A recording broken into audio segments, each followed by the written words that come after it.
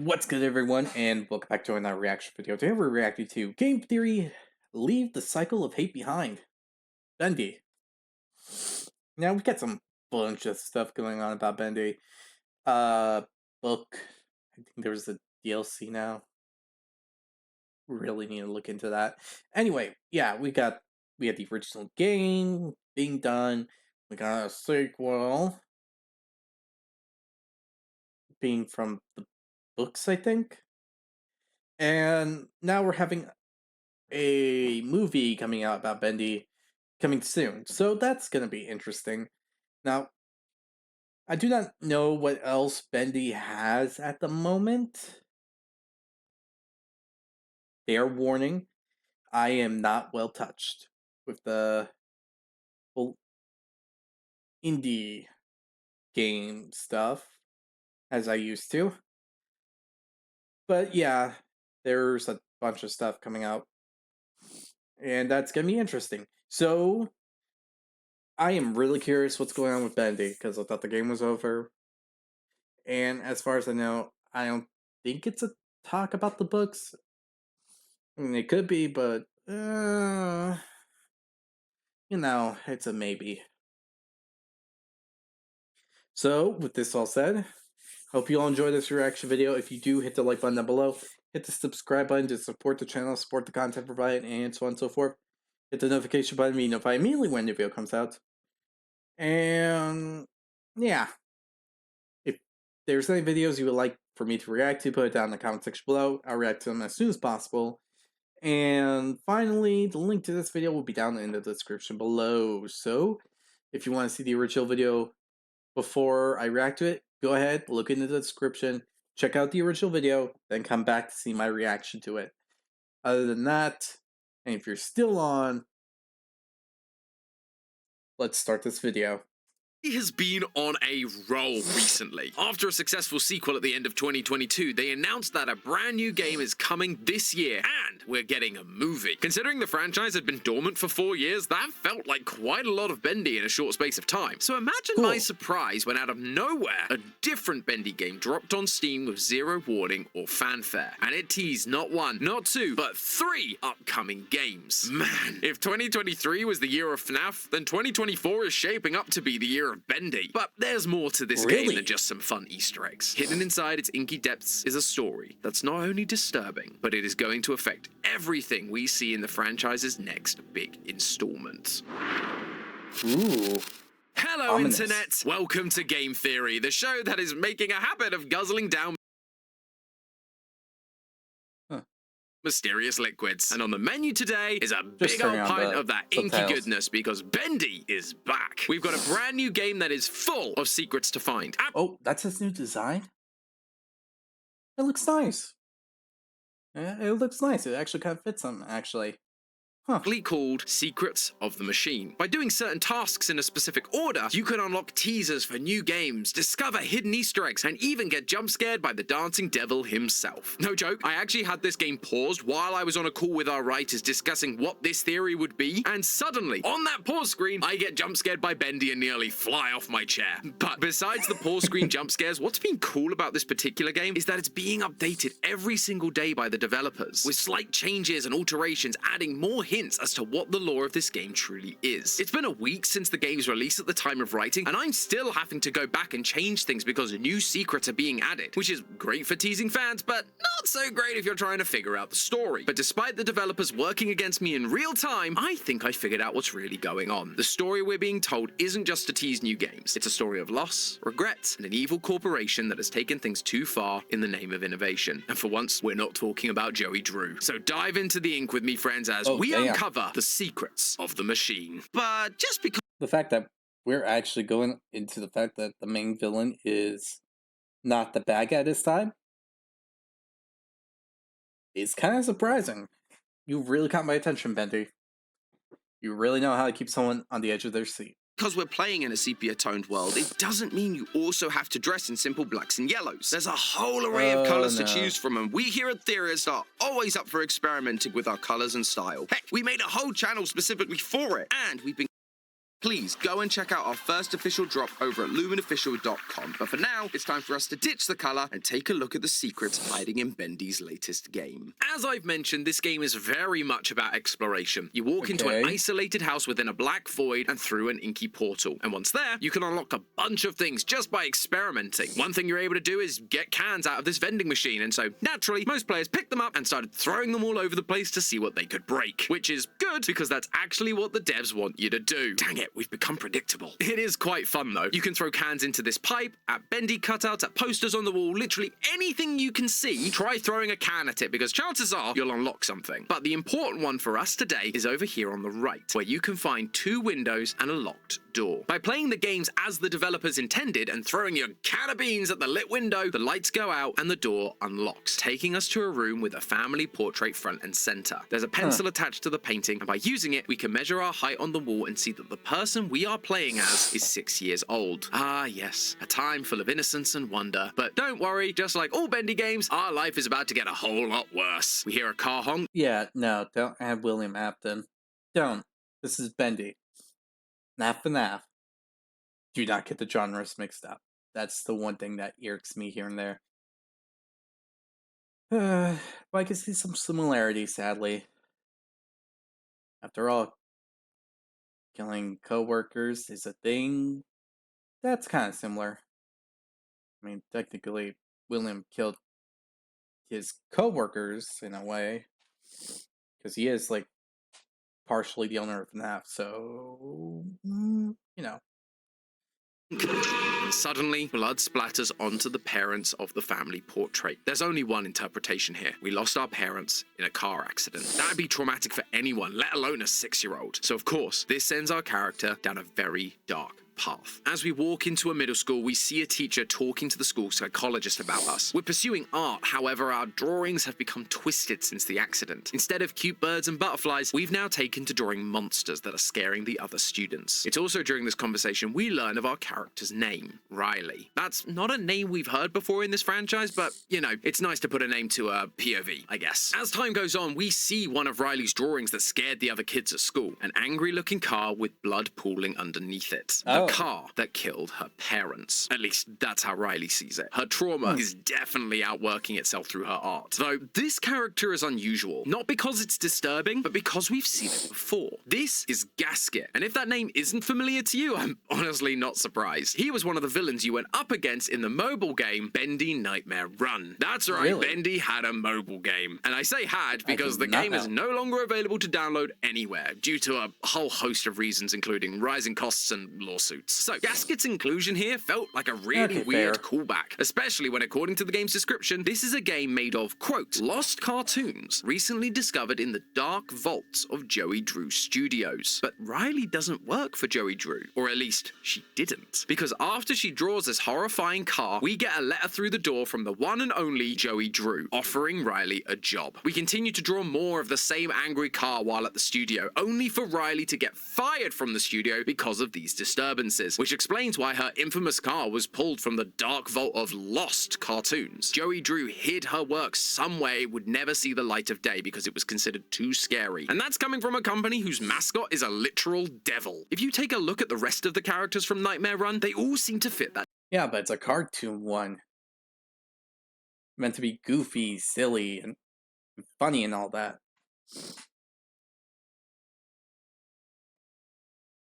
Riley's was more murder, murder, murder, murder. Description. They're all much angrier, more violent characters than the cheeky devil that made the studio famous. Regardless, as we turn around, there is one final door to walk through, and above it reads one word: Gent, the corporation that made the ink machine in the first place, and was seen taking it away in their van at the end of the Dark Revival. That is where the main story of Secrets of the Machine ends, a tragic story of trauma that causes nothing but misfortune for this new character, Riley. However, that isn't where the story ends for us theorists. There is much more going on in this story than meets the eye. If you take a step back and look at some of the seemingly random details this game has to offer us, we can start to figure out the bigger picture. What's going on with this ending? Why have we been introduced to a new character? And how does it tie into the wider Bendy story? Well, for starters, it's important to establish that these events aren't just flying by in quick succession because the game's artistic. This kind of world manipulation, along with the sepia tone color scheme and inky tunnel, is the kind of thing we'd expect from one place in particular, the Cycle. The Cycle is the inky world created by the Ink Machine, a world that can be bent and molded to the creator's will. We first experienced the Cycle at the very end of Chapter 5 of the original Bendy and the Ink Machine. Our lead character Henry beat the Ink Demon and woke up in Joey Drew's apartment. After some pleasantries, we walk through a door and end up right back at the start of Chapter 1. Everyone, and I mean everyone, was confused by this ending. Even to this day, we still don't really have a full grasp of how the Cycle works or how people end up there. What we do know is that it's called the Cycle because existence here is quite literally a cycle, a continuous loop that forces people to relive the same thing over and over again. And anytime the Ink Demon is defeated by playing the old movie reel called The End, the world resets and everything begins again. But how does that relate to our new character Riley? Well, by completing the story, we also end up starting from the beginning. If we get killed by Gasket immediately after completing the main story, we're right back at the beginning. Get jump scared by Bendy and, you guessed it, we're right back at the beginning. This game takes place inside the Cycle. Riley is in the Cycle. And we can see that reflected in the archway that appears at the beginning of each playthrough. This archway contains a word or phrase, but it changes each time the cycle resets, showing us a different side of Riley's personality. Ooh. Some of them are things like remember or discover, which makes sense. We're going to the house to discover secrets and remember the horrible things that have happened in Riley's past. But then we also get words that seem to contradict that sentiment. One of the words that can appear is conceal, a word that literally means not to be seen. How can we both discover and also conceal? Well, when Henry resets, he doesn't remember it's a cycle. He has to go through and figure out what's going on, hence remember and discover. However, in future playthroughs, using the seeing tool, you can find messages presumably from past Henrys warning this current Henry about what's to come. He was able to learn about what this place was, and he's trying to stop his future self from suffering the same fate. And if Riley is also continuing to go through the cycle, uncovering more and more secrets, revealing more and more of her horrible past, like the death of her parents, the rejection of teachers, and her firing from Joey Drew Studios, I don't think she'd want her future self to remember any of this. She'd want to keep it hidden, to conceal it. And who could blame her? I thought Henry's loop sucked, but yikes. We also end up getting words like real life and illusion. Obviously, real is... Yeah, that makes sense.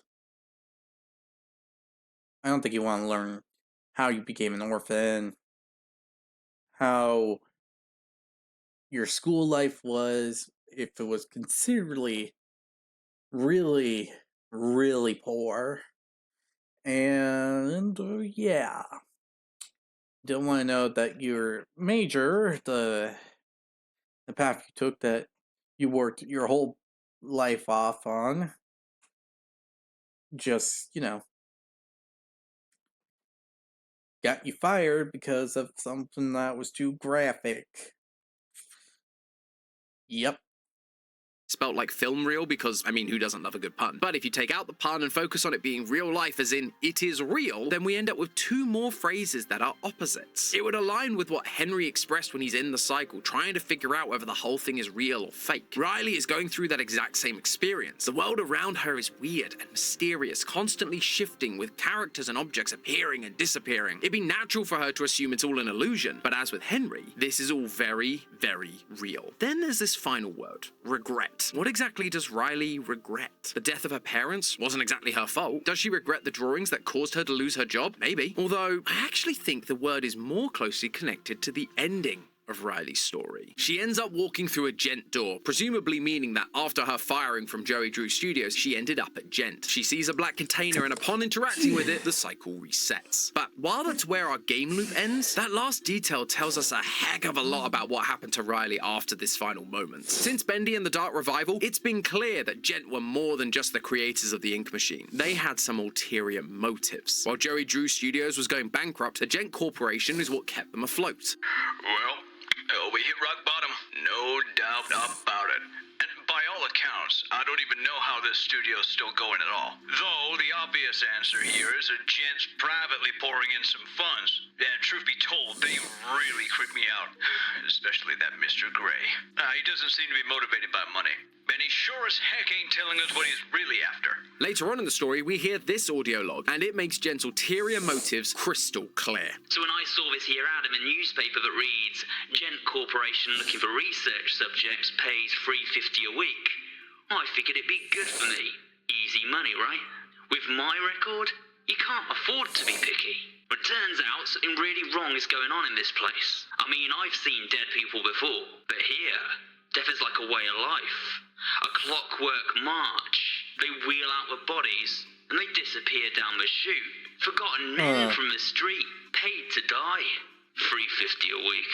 And then, once you finally do walk into the Gent building during Bendy and the Dark Revival, you'll find a number of those bodies under tarps with black ink staining the sheets. Gent were advertising jobs to people in order to use them as research subjects. People who were desperate and needed money. People that were criminals, homeless, or just couldn't keep a job. People like Riley. In Secrets of the Machine, by shooting some cans into an overhanging pipe, you can access the theater. And if you throw another can at the screen, you begin to see a video that doesn't really fit anything we've seen before. It uses real footage of eyes, tentacles, dripping ink, along with the words reject, submit, and of course, Gent. This appears to be showing us exactly what these experiments were. Gent experimenting with what the special ink from the ink machine does to a person. Will it submit to its magical sentient will, or will their bodies reject it, leading to another failed experiment and another dead body? We see a similar thing happen elsewhere in the franchise, and now we get to do my favorite thing ever, talk about the books. Woo! Party poppers, woo! Originally, the authors said that the books were actually full-blown canon to the games, but now, the Meatly, the series creator... Wow. At this point, just make a book series and just leave it at that. has come out with this tweet, quote, "In regards to Bendy books and content outside of the games, I've always viewed them as fun extras for people who want more from the universe. The super talented authors and artists who work on them are given freedom to make things their own. To me, the games decide the canon. The books kind of live in this nebulous space between canon and not canon. That doesn't mean that information we get from the books is wasted, however. Books like this are often a place for the writers and developers to experiment, to test out ideas and plant seeds in the minds of the audience to see what sticks and what doesn't. The stuff that does work might then have a chance to work its way into the games. And so I wanted to bring this stuff up because I think that might be what we're starting to see here. Do you guys remember the insane cultish ink man from the first game, Sammy Lawrence? Well, in the book Dreams Come to Life, we learn a bit more about his backstory as the director of the music department for Jerry Drew Studios. He ends up accidentally consuming some of the ink machine's magical ink when a pipe bursts. He immediately becomes addicted to drinking the stuff, and it slowly drives him insane, eventually leading to him becoming the black inky demon-worshipping version we see in the very first game. Just like the ink machine can turn human souls and drawings into living versions of characters, the ink from the ink machine has the ability to physically change people into inky monsters. That is what Gent seems to be experimenting with, and Riley was one of those experiments. Remember, these are her memories we're cycling through, so seeing that video of an experiment happening to someone, it feels like it's her replaying the moment back to herself. She's only remembering quick flashes of the horrible things she's experienced as her mind tries to forget and conceal them. Plus, if you go into the game's Steam page, you'll see this in the description. Quote, subject number 131389145. Property of the Gent Corporation. No unauthorized viewing or interaction. Danger. Unstable. This confirms that the story we're experiencing is from a Gent experiment. You don't just give a video file a subject number for no reason. Riley is subject 131389145. When she walked into Gent at the end of that story, it's not because she works for Gent, but instead she's a young adult down on her luck that needed money to stay afloat after losing her dream job. And Gent were happy to provide that, so long as she was willing to be part of a little experiment. That container we interact with at the end is ink from the ink machine. She's asked to consume it as part of the experiment to see if it would change her, and now they're observing and recording what happens. That's why the archway signs keep changing to words like conceal and regret. She doesn't want to keep reliving these memories and regrets the decisions she made to get there, but there's nothing she can do. She's stuck repeating it over and over and over again, completely helpless, while Gent just stand there and watch. Or at least, I thought she was completely helpless. But there's one detail that caught my attention. The name of the building. It's called the Drawing Board, which on the surface just sounds like a reference to Riley's artistic roots. But in reality, I think it has a double meaning. The phrase back to the drawing board means that you've attempted something, but it was unsuccessful. So you're going back to the start in order to try again. Riley is constantly going back to where it all began. The car accident, the firings, the submission to Jent's experiment. However, this name tells us that she is refusing to sit there resigned to her fate. She's literally going back to the drawing board each time she resets to see if some other change will affect the outcome. We were warned that this game was considered unstable, which also implies that Gent aren't the ones controlling what's happening inside the game, despite being labeled as the developers. They aren't the ones changing the arrangement of items inside the house. It's Riley trying desperately to change her fate, to find a way to break out of her cycle. Ultimately, I think she'll end up succeeding. At least partially anyway. When you enter the main room of the drawing board, you're greeted with a banner that once again can have a couple of messages. But the most common one I've encountered is this: escape your cage. Obviously, this feels like a message for Riley, encouraging her to keep going and to try again to break free. But the word choice is interesting. While cage reflects a place where an animal or a test subject would be trapped, just like Riley is, it's also the name of the next big installment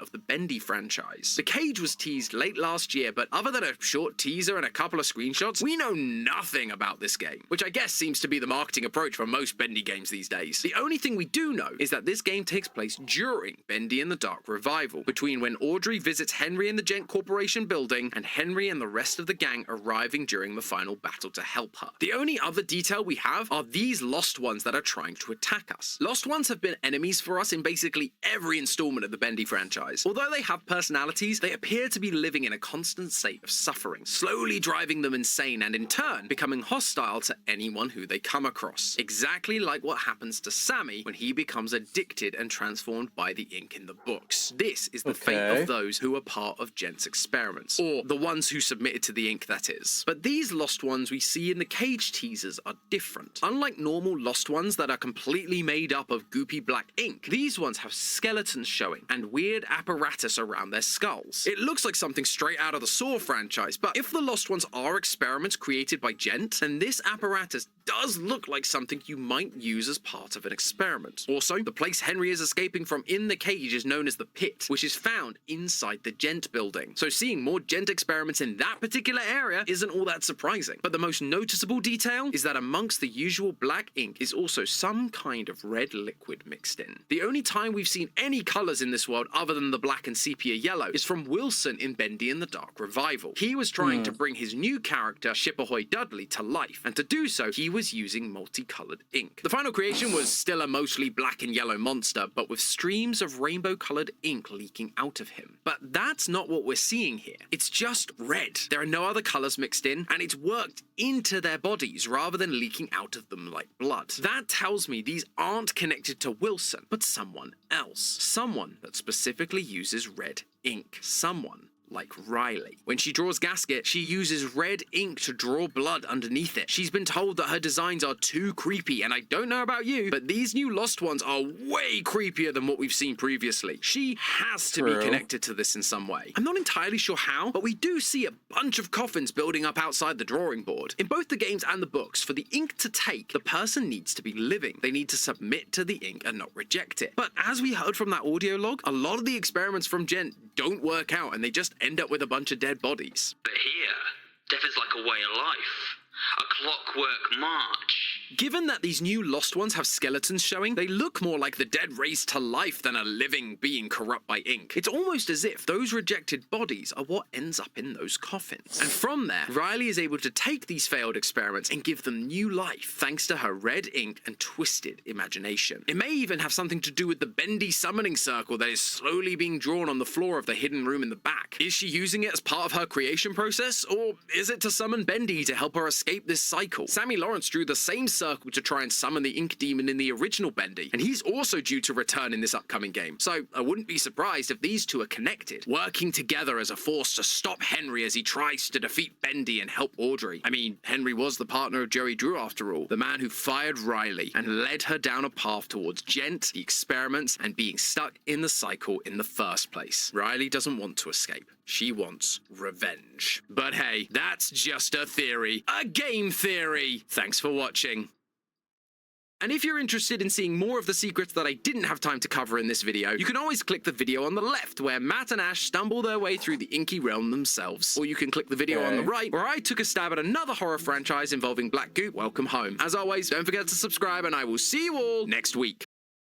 Okay, that's an interesting way to go about the ink machine.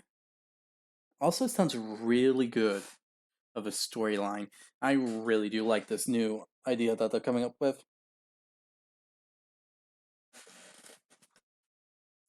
So this does leave more questions. Like, does that mean we're gonna have other characters come about with different color ink? Because there is different colors of ink than the whole black color only. Like blue and green mainly. Sure, there's others, but